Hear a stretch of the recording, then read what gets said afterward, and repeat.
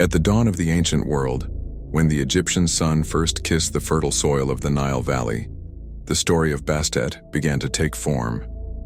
She was not born in the way mortals are born. Her origin was a celestial event, a divine spark forged from the union of Ra, the radiant sun god, and Isis, the goddess of magic, motherhood, and mystery. Though such a union might seem strange to modern eyes, it unfolded with the silent grace of the Nile itself, whose flowing waters whispered the secrets of the gods. Bastet's birth was not a moment. It was a cosmic symphony, a radiant unveiling written into the stars. From the golden caress of Ra's light upon the earth, Bastet emerged, a goddess destined to leave an indelible mark on Egyptian mythology.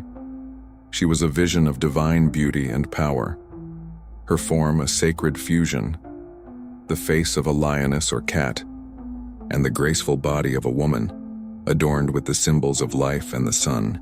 In moments of peace, she held the sistrum, an ancient musical instrument whose gentle chimes echoed through the heavens like lullabies for the gods. Her gaze, intense yet nurturing, captured the paradox of her essence, protector and mother, fierce guardian and gentle soul. When she walked, even the Nile seemed to still, as if in reverence of the divine presence that moved upon its shores. As the sun dipped below the horizon each day, Bastet stood crowned with the solar disk, a glowing silhouette, radiant with the magic of Ra himself. To the people of Egypt, her image was unforgettable. She represented the eternal dance between the wild spirit of the cat and the tender love of a mother.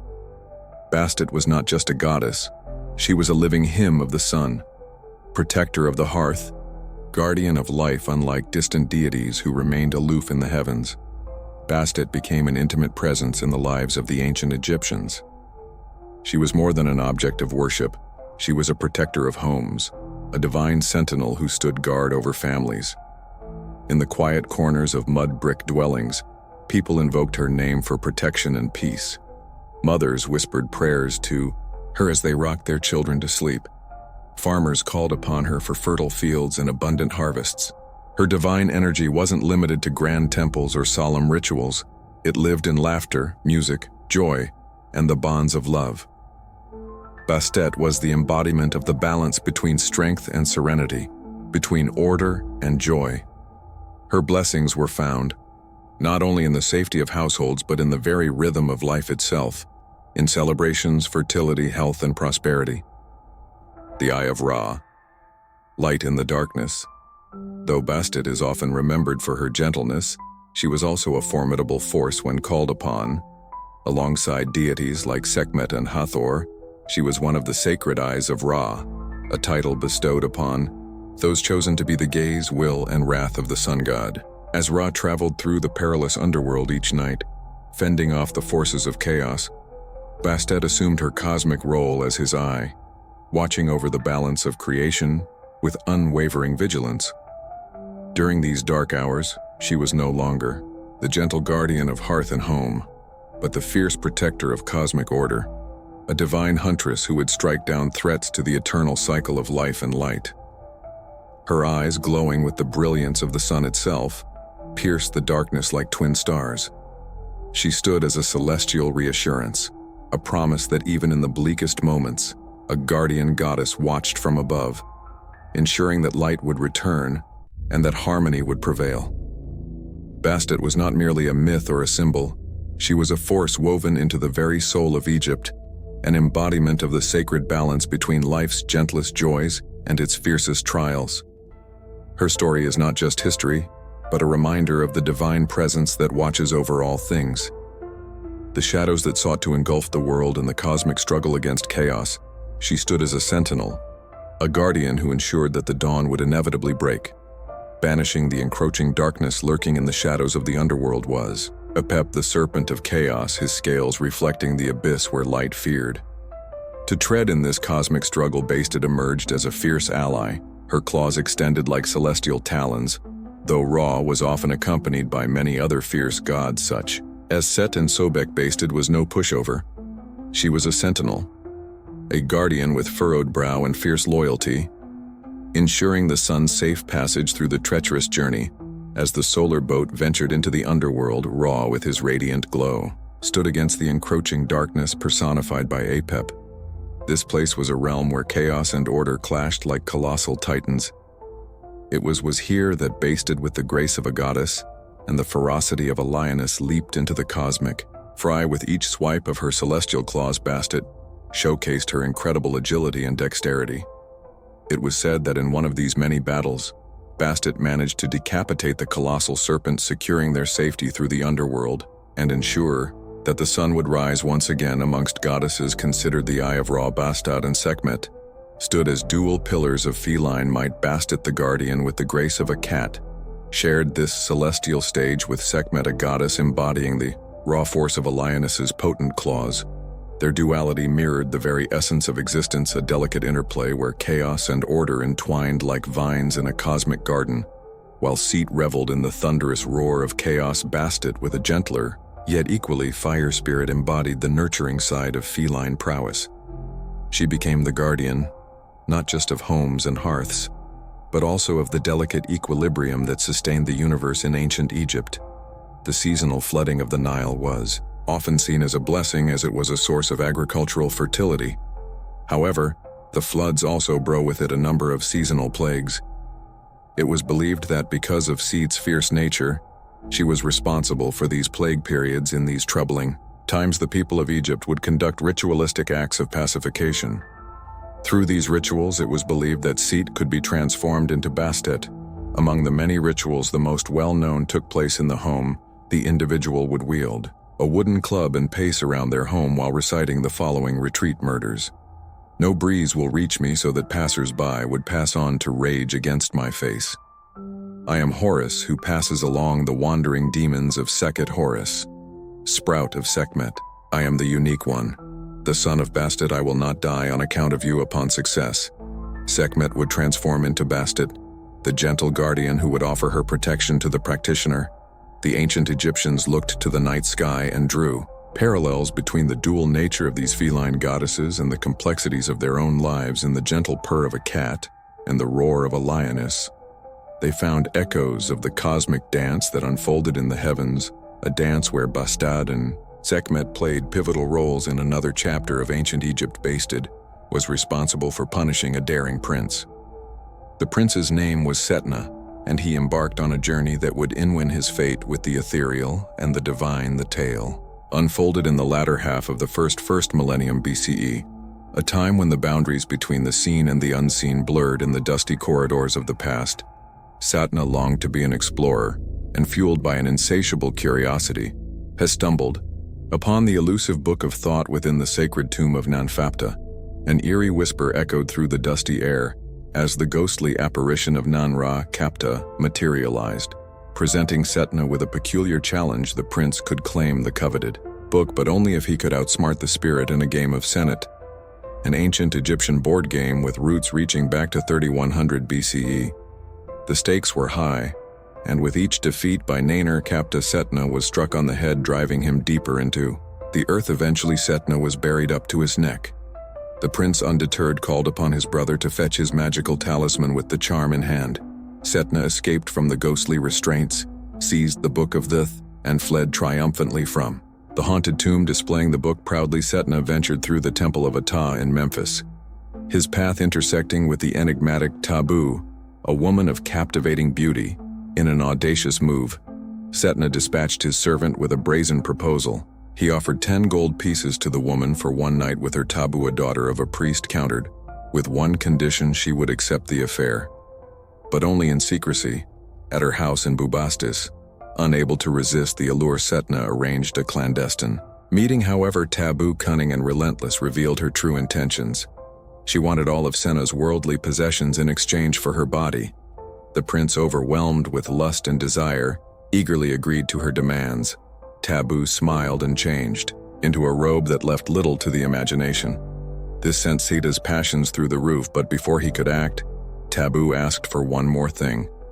She also wanted all of Setna's children's inheritance. Unable to think clearly, Setna agreed and signed over all of his possessions. This story took a dark turn as Tabu instructed Setna to sacrifice his own children. Obedient in his passion-fueled haze, he ordered their demise, casting their lifeless bodies to the merciless dogs in the street. Believing that he was about to be rewarded, Sna removed his robe and reached out to Taboo the moment he made contact with her. She unleashed a piercing scream that echoed through the night. In an instant, the prince found himself standing naked and alone.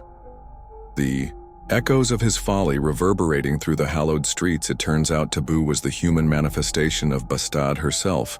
She served her role in this story as a punisher of those who would attempt to offend, and the gods having lost everything.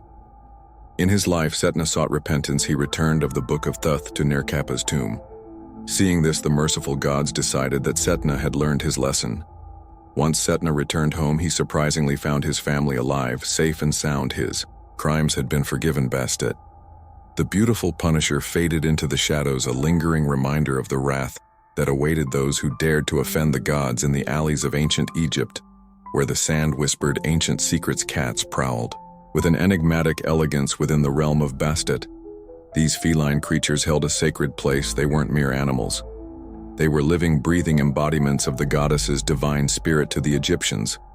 These cats weren't just charming companions, they were talismans of protection. As its blessings they believed were woven into the silky fur and watchful eyes of these mysterious creatures.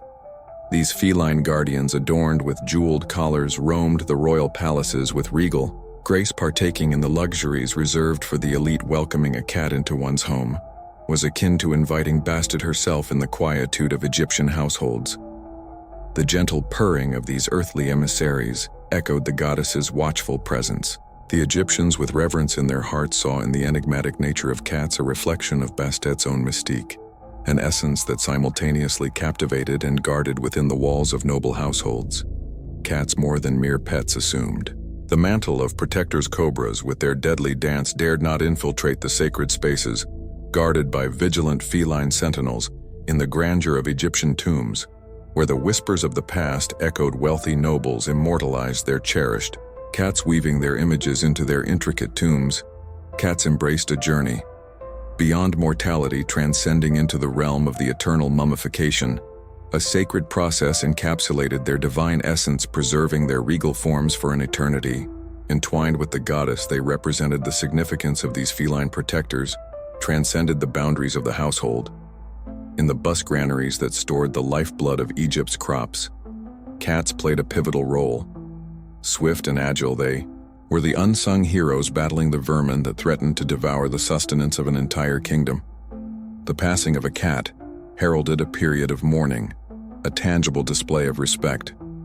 Family members, in a gesture of grief, shaved their eyebrows. It was a ritualized tribute to the departed fine, a family member beyond the ordinary.